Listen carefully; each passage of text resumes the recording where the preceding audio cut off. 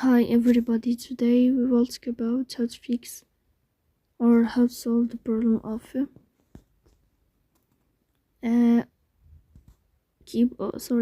Google Board app. You will click on settings.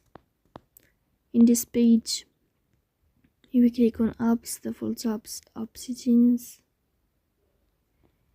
In this list you will go down until you find this page or this app of Google Board.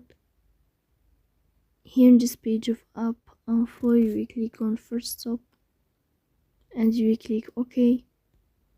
Here you will enter to the window of storage. Then we click on clear cache, but pay attention, don't click clear data because that can delete your account.